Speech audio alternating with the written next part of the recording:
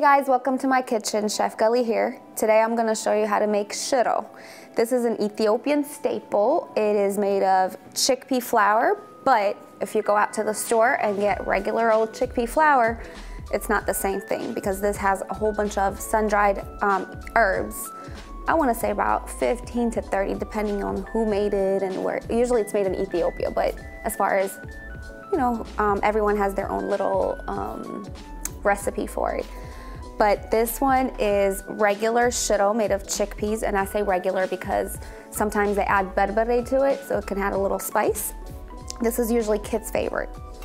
This is my way of making it. There are plenty of ways of making it. People say a lot of times it reminds them of gravy.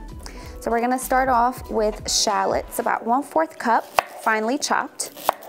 And I will say that as an Ethiopian, having a food processor saves you a million hours because you would really be sitting here chopping a lot of onions.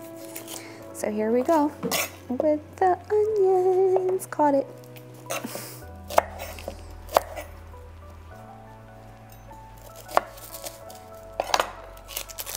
Peel your onions.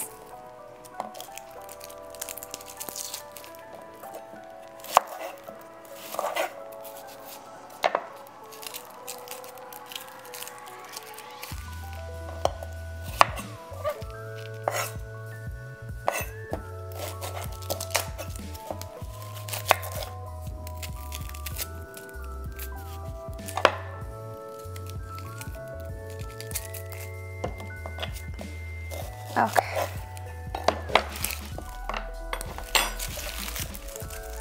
You want to make sure you throw your peels away because nothing like finding it in your food. And it doesn't digest well either.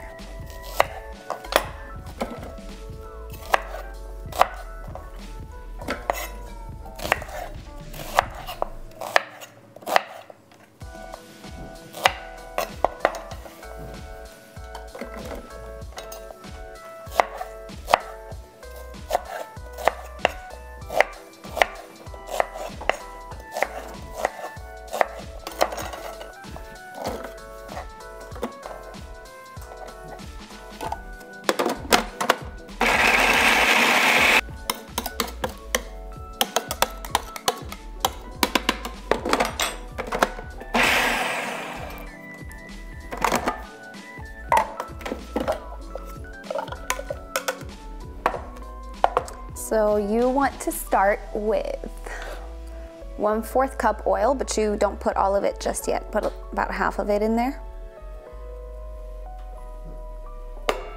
And caramelize your onions.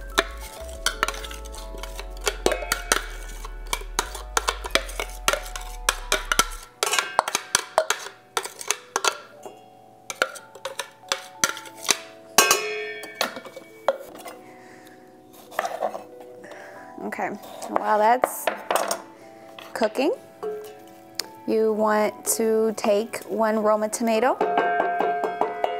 Do the same thing. You want to chop it up finely. Feel free to use your hands, but if you want to save time, stick it in a food processor.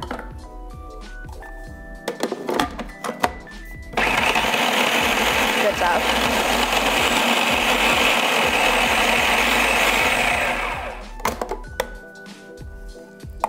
And set it aside. Wait until your onions cook down a little bit.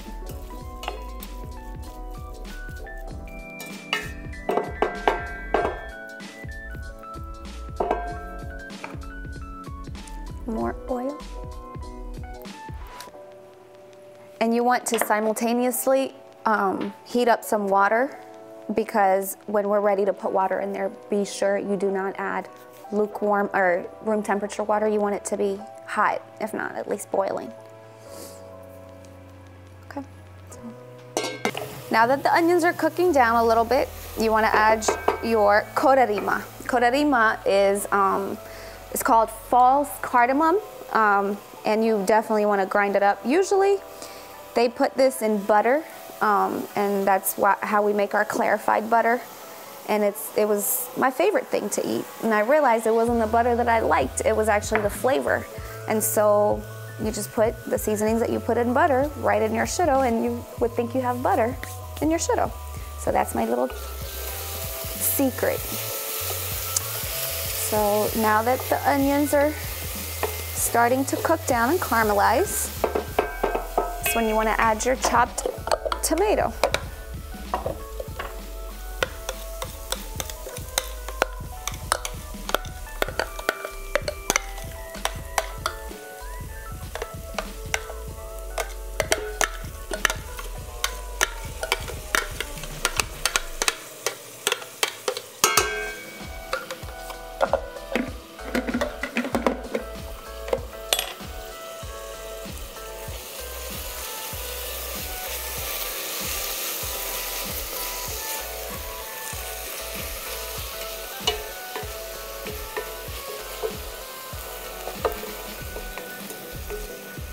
After you let this cook for about 5 more minutes, then you want to add your shiro, S-H-I-R-O.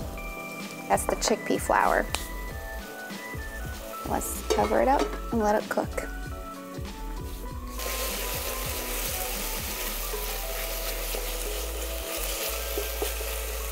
Okay.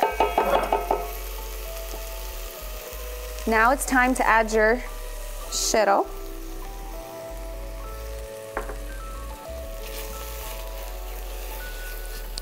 And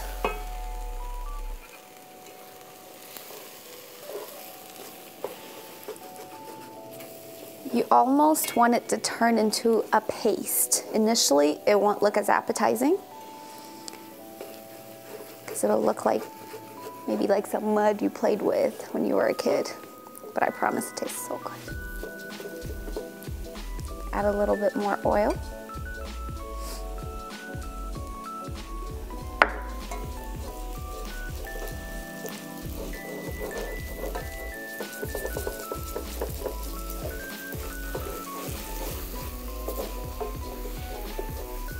And you see how the bottom is starting to hold a little bit?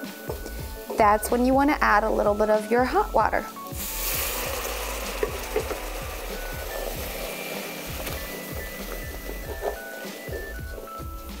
And make sure you keep stirring.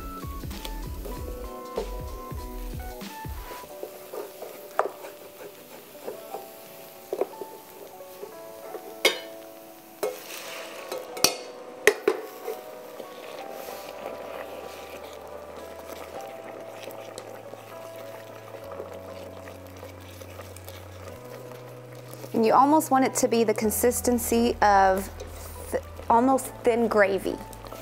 And when you let it cook down for about at least 45 minutes on low heat, it'll thicken to almost semi-thick gravy. That's the consistency in which you want it to be. Everyone likes it, you know, different ways, but the most traditional way is as such.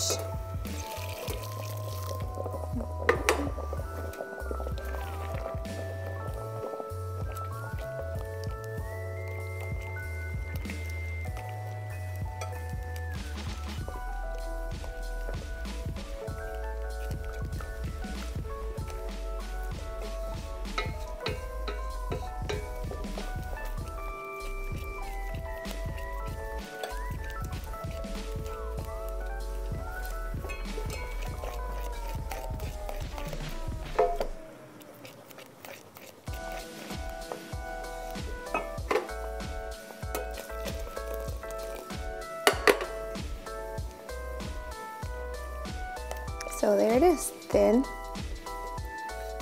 gravy almost. This is when you want to add a little bit of salt. I like using pink Himalayan salt. You can use sea salt, whatever salt you prefer.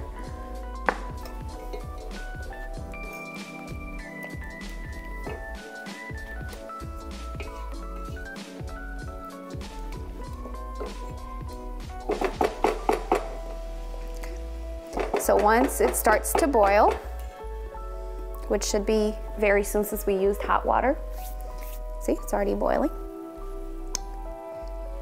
You want to put a cover on it, put it on low heat, and let it simmer for at least 45 minutes. And you can keep an eye on it and watch it every 10 to 15 minutes, but it should be just fine. And now, here's our shiro bubbling, and just it'll taste amazing. I think I let it simmer for about an hour and a half to 2 hours.